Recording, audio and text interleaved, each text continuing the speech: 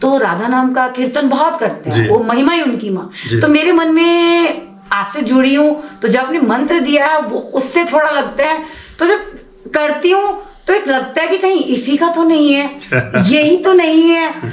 मतलब मन में भाव आजकल जागृत हो रहा है। नाम जपती हूँ, ज्यादा समय नहीं दे पाती मैं, मतलब जितना 5-4 मिनट उठते हुए थोड़ा हाथों का वो करते हुए वादन, थोड़ा देवी देवताओं का स्मरण जो भी होता है एक नाम का, पर करती हूँ। आपका मंत्र भी ज्यादा समय नहीं दे पाती गुरुजी, वो उसमें भी बहुत कीर्तन नाम कीर्तन जो ये मंत्र है इसका तो मैं मतलब ध्यान करना ही, और जितना समय दे सकते हो इसी से है, तो मैं उसको अपना सकती हूँ। मतलब एक छवि होती है ना मन में, भाव में, यहाँ मतलब उसमें सब परमात्मा के रास्ते हैं, जो अच्छा लगे कर सकते हैं, कोई बुराई नहीं।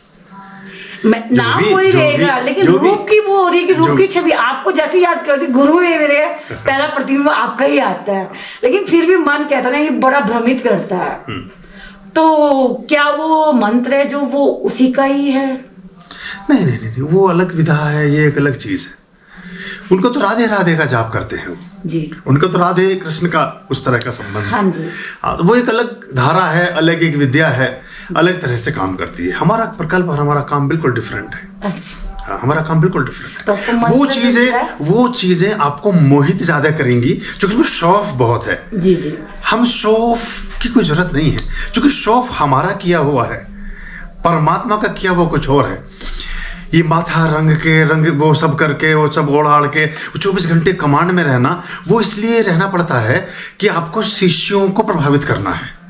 मैं परमात्मा को प्रभावित करने चला हूँ, शिष्य तो है ही मेरे साथ, इन दोनों में जमीन आसमान का फर्क है। तो वो इनिशियल स्टेज पे होता है। शुरुआत में जब आप आते हो अध्यात्म में, तो आपको अच्छा लगता है, सारे दिन बड़ी बड़ी माला डाल के बैठे रहो, सारे दिन माथा रंग रखो, हर समय ये करते रहो, पर इसका बहुत संबंध परमात्मा के उससे नहीं होता। आपको कभी भगवान श्री राम के ऐसे चित्र नहीं मिलेंगे कि वो आपको धोती पहने बैठे हैं और माथे पे तिलक लगाए बैठे हैं। वो कृष्ण के नहीं मिलेंगे, राम के नहीं मिलेंगे, बुद्ध के नहीं मिलेंगे, महावीर के नहीं मिलेंगे। तो ये एक इनिशियल स्टेज होती है, ठीक है, वो अपना जो भी कुछ कर रहे हैं, पर वो एक अलग बात है। वो एक इस स्मृति तक, इस सुरती तक, इस स्टेज तक आपको लेके आने वाले व्यक्ति हैं। लेकिन इसके बाद की जो सीढ़ियां हैं, उसके बाद की जो और 5 सीढ़ियां हैं, वहां से हमारा काम शुरू होता है।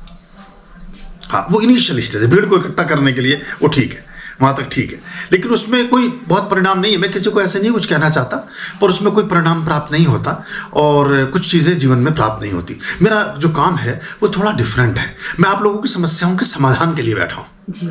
मैं आपको किसी ऐसे उलझन में नहीं लगाना चाहता कि सारा दिन बैठो, इससे क्या होगा, करते तो रहो, पर होगा तो कुछ भी नहीं ना। बच्चों उन्हीं का नहीं हुआ जो कर रहे हैं, आपका क्या हो जाएगा?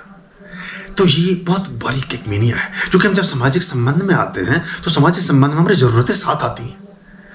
हमारी आवश्यकताएं वस्त्र की, गहनों की, कपड़े की, यश की, विद्या की, सबकी आवश्यकताएं साथ आती हैं। वो पूरी ना हो तो भक्ति भाव भी कुछ नहीं रखा, किसी चीज़ में मन नहीं लगता आदमी का।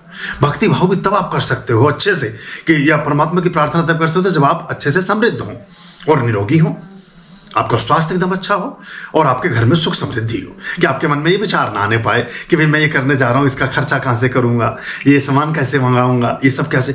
तो ये इस काम को हम करने के लिए हैं कि वो सिर्फ उससे भीड़ इकट्ठी करने से या उस सब से नहीं होगा। तो उस तरह की चीज़ ज़्यादा है उसमें। वो क्या कर रहे हैं उसका कोई खास बात नहीं है, तो वो एक इसके बाद आती है जो कर रहे हैं। चलो लोगों को कम से कम राधे राधे सही, पर राधे राधे तो कृष्ण ने भी जपा जी जी, कृष्ण को ही नहीं मिली जी, उन्हें क्या मिलेगी? एक जो बात है, और राधे कृष्ण कृष्ण करती रही, उन्हें ना मिल पाए। तो अक्सर ये होता है कि हमें ये देखना चाहिए कि हम क्या खाने की बात करें या खाना खाएं। हम व्यंजनों की बात करते रहें या व्यंजनों का स्वाद भी कभी ले पाएं। हम सिर्फ अच्छे कपड़े, अच्छे मकान, अच्छे पद प्रतिष्ठा, अच्छे जीवन की कल्पना करें या उस अच्छे जीवन को जिएं। मैं इसमें दूसरे पक्ष में खड़ा हूं। मैं सब चीज़ों के क्रियान्वयन का व्यक्ति हूं कि उन्हें आप करें, बोले नहीं, बात नहीं करें, सिर्फ उसका आपके जीवन का हिस्सा बन जाए, ऐसा मेरा मतलब मत है। बाकी जहाँ भी जिसका जुड़ा हुआ है सब परमात्मा के मार्ग हैं, जिस रास्ते से भी कोई जा सके। अच्छे बोले कि वक्त में बचपन से ही रही हूँ, सहारा भी मिला है, यानी समाला बचपन में उसमें दुख संकट आती तो भगवान कहता है कि थोड़ा बहुत तो दिलाना ही पड़ता है। बोल जाता है प्राणी, याद आया, याद तो पहले से ही था लेकिन कुछ समय होता ही है। तो मतलब मैं तो जाग रखी हूँ, बस थोड़ा मंत्र में मेरे को ऐसा लगा था कि कर तो रही हूँ, पर मतलब में थोड़ा ये था कि कहीं इधर उधर इस चीज का हम भावार्थ समझ लें तो उसमें फिर रुचि समाप्त हो जाती है। अगर हमें जीवन में ये पता चल जाए कि हमारे माता पिता क्यों हैं, तो माता पिता के प्रति हमारा जीवन का जो मोह है समाप्त हो जाएगा। अगर उनका पूरा भावार्थी समझ आ जाए कि पूरी जिंदगी में ये तुम्हें ना तो मकान बना के दे सकते, ना तुम्हारी पढ़ाई करा सकते, ना तुम्हारा कुछ भी नहीं कर सकते, ये तो वो माता पिता आपके लिए व्यर्थ हैं।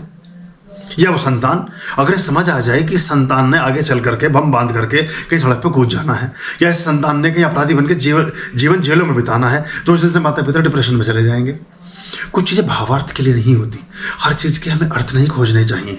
तो गुरु मंत्रों के अर्थ की बनाई है, अर्थ हैं, पर उन अर्थों को अगर हम व्याख्यायित करेंगे तो आप अर्थ तक टिक जाएंगे बस। और अर्थ अगर आपसे मैच खाएगा तो उसे आप अडॉप्ट करेंगे, और अर्थ अगर मैच नहीं खाएगा तो आपको उससे मोह खत्म हो जाएगा। ऐसे ही सिद्ध कुंजिका के मंत्र हैं, बड़े मंत्रों के साथ उनके भावार्थ दिए ही नहीं गए, ग्रंथ में भी नहीं है, मनाही भी लिखी है, उसमें नीचे लिखा है कि इसके अर्थ को न जानने का कोशिश करें, ना इसका भावार्थ दिया जा सकता, बस ये करने की चीज़ है।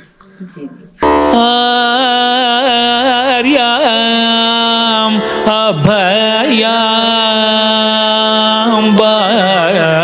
भज रे